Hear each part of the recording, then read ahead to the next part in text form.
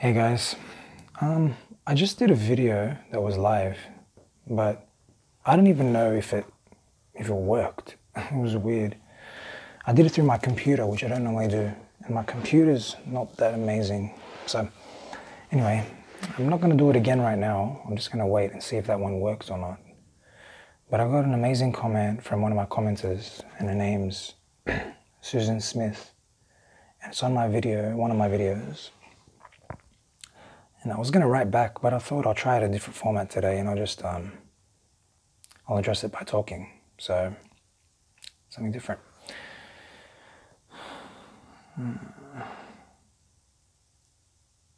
I hope it's coming through. I'm getting very bad connection messages. Okay, so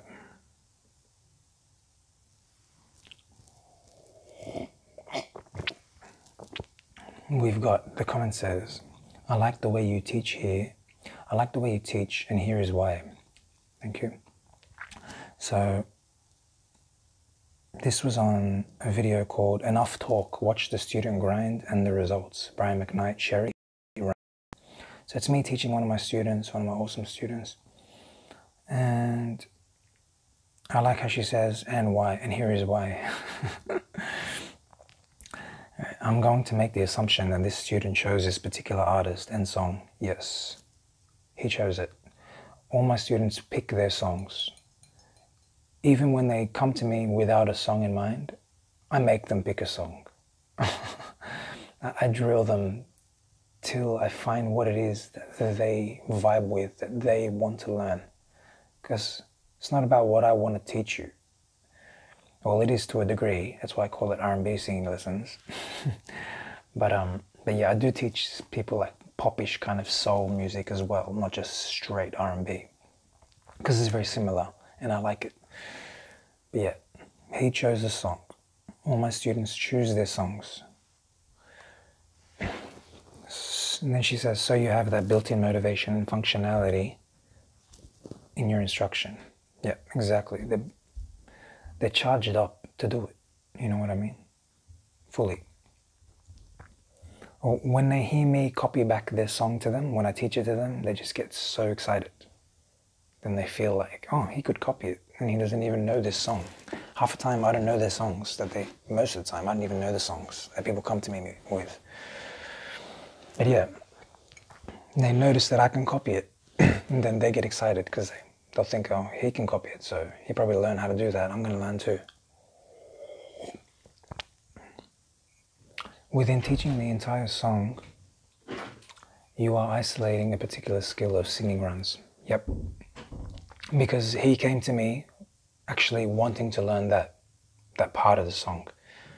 And with this student, he's very advanced, so he knows what he wants already. He comes to me with what he wants to work on, and then I tell him if there's something else that he needs to work on. But he already knows what he's not good at, kind of thing. He's already that good. I like how you interrupt so that the student is not practicing mistakes. Yes, I interrupt. I don't let the student continue. The point of the lesson is for me to let you know when you're not right. Because if you buy a course, it can't tell you that. If you buy a book, it can't tell you that. The only thing that is different with a teacher live one-on-one is a teacher can give you the slap. It's like the slap on the hand or the no, you know. So like, don't touch the electric plug. Don't make that singing mistake. You get what I mean? If I don't tell you that, you don't know where you're wrong.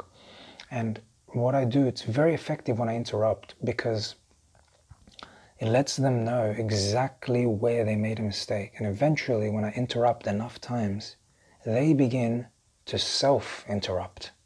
So they'll sing something like, no, I did it wrong. And they'll know they did it wrong because they will relate the time that I interrupted with the sound that they were making when I made the interruption.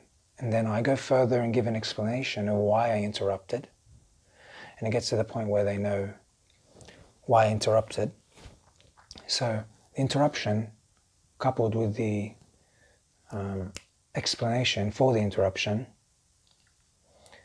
gives the student that gradually they're getting to the point where there's going to be self-learners, you know, which is the goal. Your modeling is sharp and precise. Modeling, I'm not sure exactly what you mean by modeling, but as in I'm modeling the singer or the students modeling what I'm doing, I'm not sure. But yeah, thanks for that. Whatever it is you do mean, sounds good. I see you reinforce and provide positive feedback when he's making progress. Definitely. I let him know when he's right, and I let him know when he's wrong. And I let him know when he's improved. Today in your Q&A session, I think I heard you say that you taught music in a school. Yep, for 7 years. Not every day, every lesson, but at least a third to half the time was music. Yeah, singing, guitar specifically, and cajon drum. This is important to me to know that you have experience teaching. Yep. So I taught hundreds of kids over those 7 years, obviously, because I was in high school. And I taught in a private business where I had like 50 to 70 students a week in a guitar school business. And I used to teach on the side as well, privately. But I didn't have that many private students. Just like 2 or 3 people a year or something. That's it, not that many. It was more in high school. I also appreciate when you said that you teach to people who are coming to see you who may be vastly different in their current ability singing. Yes. My students are very different. Some of them can't even copy one note when they come to me. And some of them can sing complicated runs, like the student in this video.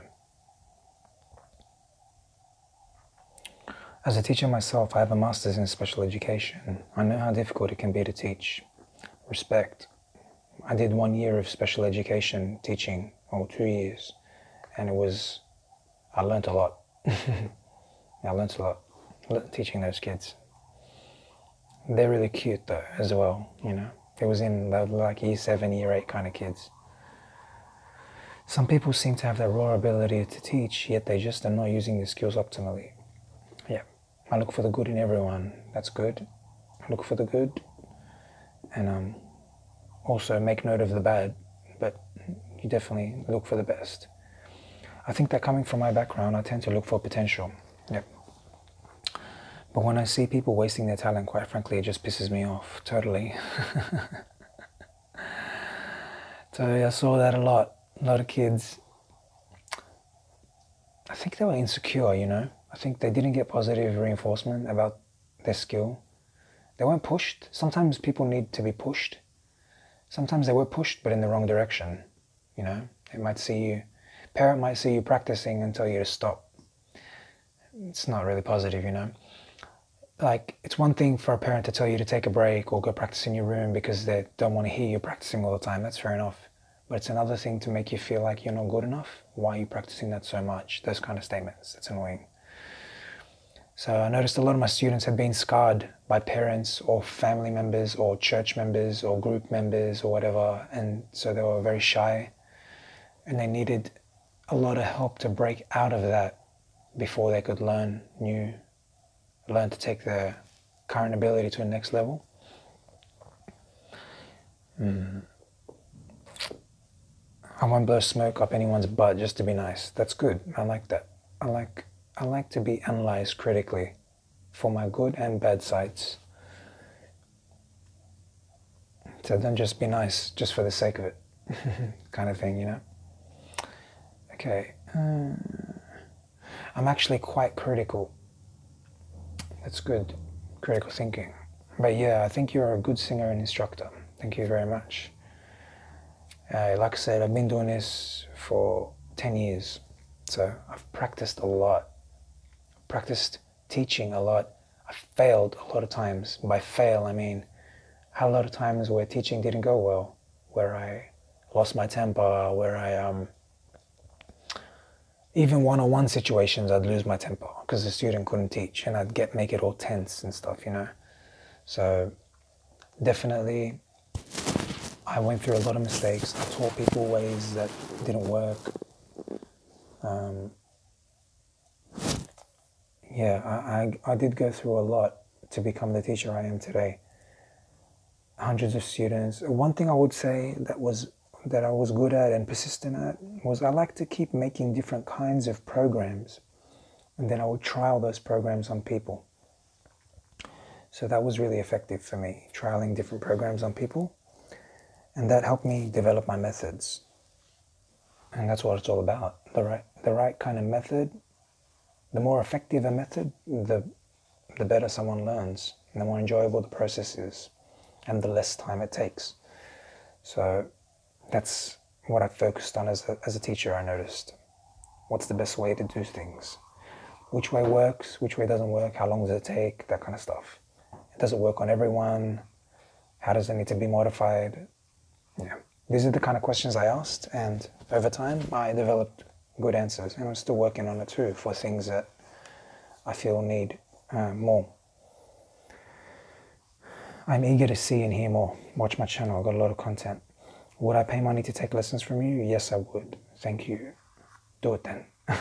You'll learn a lot in my lessons. You think my videos are good?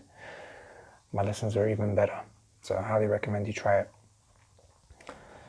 I would say to keep on this track you were on. Thank you very much. I would also suggest more marketing tactics. Some marketing tactics to get you more well known. Thank you. I will shut up now. Yeah, I know I talk a lot too, so I get where you're coming from. But no, I like it.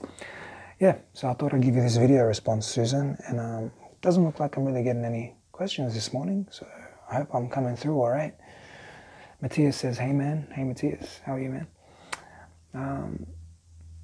Yeah, all right. I thought I would try a different time of day to see if my viewers are, because I normally do like that around 2 o'clock Sydney time when I do my live thing, and I always do it at the same time. So I thought I'd do a different time, but it doesn't look like I've got people on today, so maybe they're busy. That's good. It gave me time to answer your comment, Susan. Look, it took me 12 minutes. Because I was thinking, man, it would take me like 10 minutes to write the response to that on my phone. So I thought I'll do a video and everyone can see it. And yeah. Teddy Boy Smith says, hi. Hi, man. All right, guys. You guys got any questions or anything before I go? Let me know. I think I'm going to jet anyway. I just thought I'd do this quick sort of response. And yeah, okay, Matthias says, I need a bit of help if you've got time. What's that, man? What's your question? I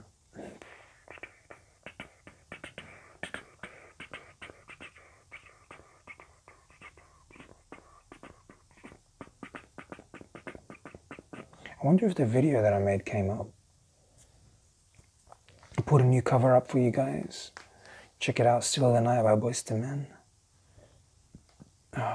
Any tips on stabilizing high notes? Is it just constant practice? Matthias says, okay, stabilizing a note. Can you stabilize low notes, middle notes first? Because if you can't stabilize them, and what I mean by stabilize is go, if you can't sing a note like that for like 5 seconds easily, you're not ready to sing the higher note. Okay? So whatever the high note is that you're trying to copy, I want you to go down 1 octave from there and then stabilize every note and then move up. Okay? Check out my course for that. It teaches you about range, how to develop the range, and it gives you all these tips. But yeah, pretty much go an octave down or 2 octaves down and see if you can stabilize those notes first, and then you build up. Okay? You can't just hold a high note out of thin air. There isn't like some click that you do or some change that you do. There's some change that you do. There's nothing like that. It's like power, you know, power as in strength. It's a strength thing. And you got to look at the high note. Thanks, man. Yeah, rnbsinginglessons.com for that. You got to look at the high note, okay? You got to look at it like in the gym. The high note is like a 50 kilo dumbbell, and you're trying to lift it in a special technique. This is how teachers talk about it. Oh, access high notes. No, you don't access it. You have to go through the 5 kilo dumbbell and gradually work up 5, 6, 7, 8, 9, 10, 12 and a half, 15, 17 and a half, 20, 22.5, 25, 30. You get it? You got to build it up so slow because it's exactly like lifting that heavy weight. You have to build the strength gradually on the easier stuff first, till you get to the point where that 50 kilos becomes easy. You can't go from 15 kilos to 50 kilos, which is probably what you're trying to do, okay? You got to go 15, 17.5, 20. You get what I mean? It's an analogy, but I want you to swap the weight for notes. So C, C sharp, D, D sharp. Each one of those notes is like 5 kilos, 7.5 kilos, 10 kilos. You can look at it like that, okay? Hope that helps you, man. Teddy Boy says, what do you think of the R&B singer Brandy? Yeah, she's got a nice voice. I like her voice. I like her song with Wanya, Broken Hearted. Look that up. Wanya is W-A-N-Y-A. Brandy, Broken Hearted. I love that song. She's got a really nice voice. It's really high. Any more questions, guys? I think I'm going to sign out. Yeah, so I just woke up here. So I'm speaking all quiet and shit. I think my voice is still tired. Yeah. Alright guys, I think I will leave it there. Oh, hold on, let's see if I got any more comments there. Thanks, man. I've been belting crazy. Alright, it's good. As long as it's notes that are comfortable, yeah? Don't belt notes that you can't sustain. If you can't sustain them, you're not ready to belt them yet, you know?